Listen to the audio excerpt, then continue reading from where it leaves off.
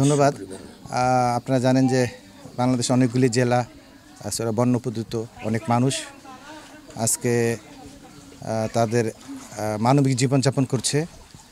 তো দেশনায়ক জনাব তারেক রহমান সাহেবের নির্দেশে আমরা বিএনপির পরিবারের বিভিন্ন অঙ্গ সংগঠন ব্যক্তিগতভাবে সাংগঠনিকভাবে আমরা বিভিন্ন জেলায় ছড়িয়ে যাচ্ছি বানবাসী মানুষের পাশে দাঁড়ানোর জন্য, তাদেরকে সহযোগিতা করার উদ্দেশ্যে। আপনারা জানেন যে বেশ কয়েকটি জেলা, বিশেষ করে নোয়াখালী ওই অঞ্চল, তারপরে আপনার এই কুমিল্লার আশেপাশে যেগুলি আছে বুড়িচংস, ফেনী, বিভিন্ন অঞ্চলে ব্যাপকভাবে মানুষ ত্রাণ পৌঁছে দিয়েছে বিএনপির পরিবারের পক্ষ থেকে ব্যক্তিগতভাবে এবং সাংগঠনিকভাবে আমাদের ভারপ্রাপ্ত চেয়ারম্যান জনাব দেশনায়ক তারেক রহমান সাহেবের নির্দেশে। তো আমরা এখন বিভিন্ন জায়গায় পানি কমে যাচ্ছে। আপনারা জানেন পানি যখন প্রচুর পরিমাণে ছিল, ঘরবাড়ি যখন ডুবে গেছে, তখন যেরকম ত্রাণের প্রয়োজন ছিল, এখনও কিন্তু যখন পানি কমে যাচ্ছে অনেক জায়গা থেকে, এখনও কিন্তু ত্রাণটা প্রয়োজন।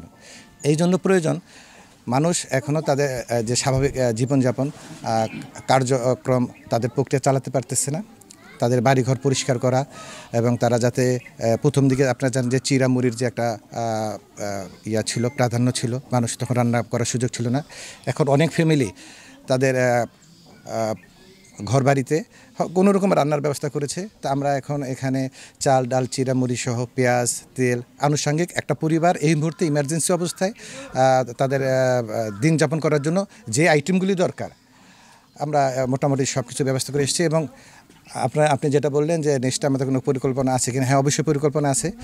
বিশেষ করে আমাদের যারা কৃষক ভাইরা, যাদের ফসলি জমি ক্ষতি হয়েছে, যাদের বাড়িঘর ক্ষতি হয়েছে, তাদের এই বাড়িঘর যাদের ক্ষতি হয়েছে তাদের বাড়িঘরের বেড়া বা টিন